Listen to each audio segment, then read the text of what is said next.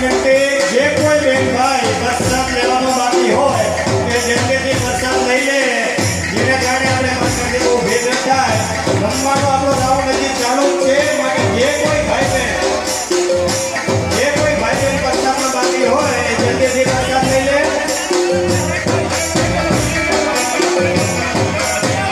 અને જે કોઈ બહેનો અને ભાઈઓ રાઉન્ડની અંદર વચ્ચે જે રમતા હોય અને વચ્ચે ઊભા હોય, દરેક ભાઈઓ આપણને વારંવાર કહેતા હોય છતાં પણ આપણે નથી સાઈડમાં ન જઈએ, આપણા માટે સારું ન કહેવાય. માટે ખાસ સૂચના, જે કોઈ ભાઈ ન રમતા હોય જલ્દીથી સાઈડમાં જતા.